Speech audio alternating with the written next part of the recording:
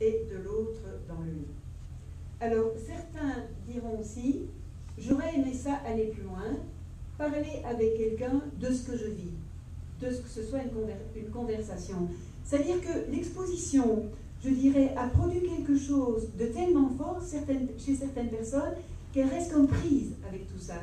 Et par rapport à ça, il est intéressant de voir que la recherche elle-même, en invitant les gens à parler de ce qu'elles ont vécu, plusieurs personnes nous ont dit à quel point ça avait été important pour elles.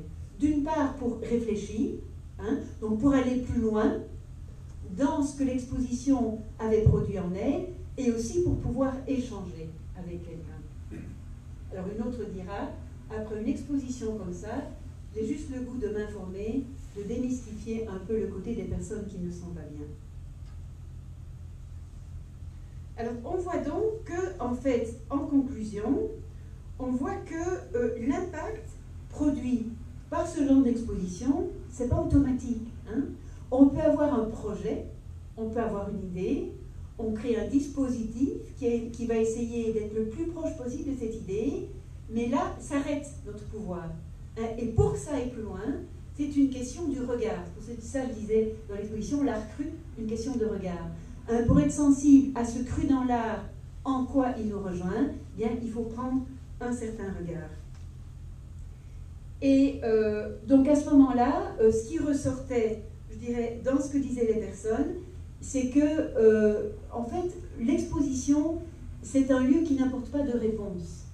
C'est un lieu de questionnement, un lieu qui relance les questions et qui permet de se mettre soi-même en jeu, mais pour autant qu'on accepte de se placer dans un autre espace-temps. Par exemple, une personne dira, cette exposition n'a pas vraiment changé mes perceptions. Elle les a interrogées. Qu'est-ce que ça va changer en moi, dans ma manière de voir? Je ne sais pas. Bien, l'accès que j'ai à cette subjectivité de l'artiste ou de l'impatient, ça passe par la mienne. Et je vois que je ne suis pas seule à être seule. L'autre dira, plus tu entres, et plus tu entres en conversation, ou pas, avec les œuvres, avec les gens. Une autre dira, la première chose que j'ai ressentie, c'est une sorte d'écrasement. Ensuite, j'ai regardé les œuvres, tranquillement, en faisant le tour. L'enfance, l'empiètement, l'écrasement, être petit par rapport au monde, être sans pouvoir. J'ai vu tout ça au niveau personnel. Puis, ça m'a rappelé des histoires de guerre. C'est quelqu'un qui est un réfugié, qui vient de pays asiatiques où il y a eu beaucoup de guerre. Ça se rejoint. Ce qui se fait à grande échelle, donc à l'échelle de la violence du monde, et ce qui se fait à petite échelle.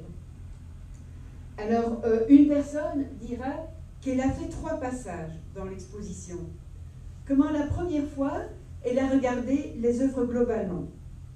Et puis, elle est revenue et elle a regardé attentivement chacune des œuvres, son titre.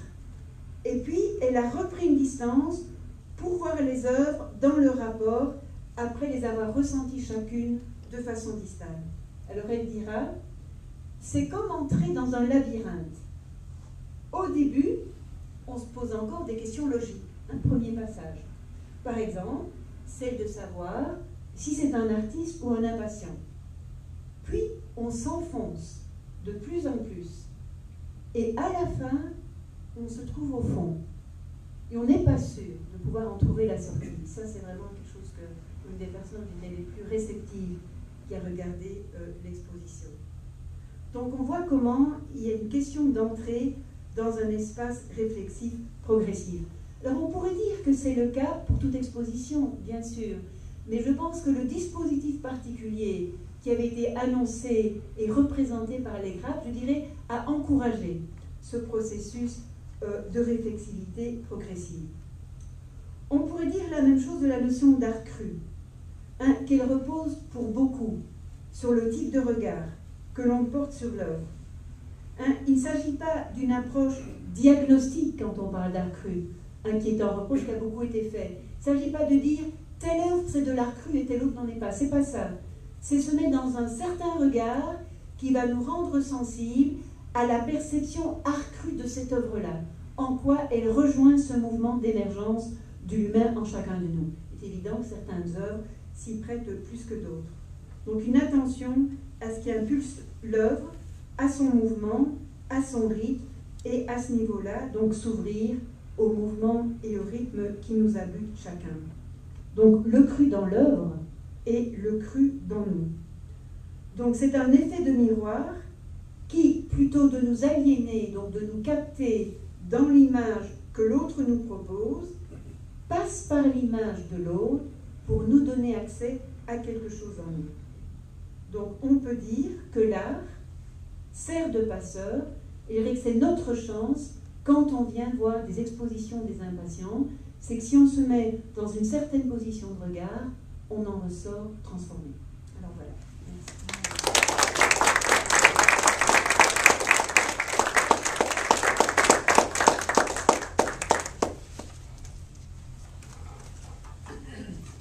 Madame Corin, on aimerait ça profiter de votre passage parmi nous pour vous poser quelques questions, je crois. Alors, les personnes qui auraient des questions à poser, pour pouvoir les partager avec tout le monde, devraient venir utiliser le micro. J'espère que ça n'a pas été trop abstrait. C'est fou, quand on regarde ces œuvres avec ce regard-là, c'est impressionnant. Hein. On en ressort, on se dit, mon Dieu, quel... Moi, en fait, tout ceci, c'est venu d'une... Je dis encore deux mots, là. C'est venu de la toute première fois que je suis voir une exposition d'impatience. J'avais trouvé ça tellement... Et je me disais, mais ce dont il parle, c'est des choses qui me concernent. C'est la violence, c'est le désespoir, c'est la solitude, c'est la beauté, c'est l'esthétique. Mais je me disais, moi, j'ai pas le temps dans ma vie de tous les jours de m'arrêter à ça pour y penser. Et ces personnes-là, quand elles reflètent ce qui est dans leur monde avec autant de force, eh bien, nous, ça nous transforme. On prend le temps de s'arrêter, de réaliser qu'on porte ça en nous. Donc, on est vraiment dans l'humain, là. C'est vraiment... On n'a qu'à regarder, là, tout ce qui est autour de nous. Chaque fois, ça m'étonne.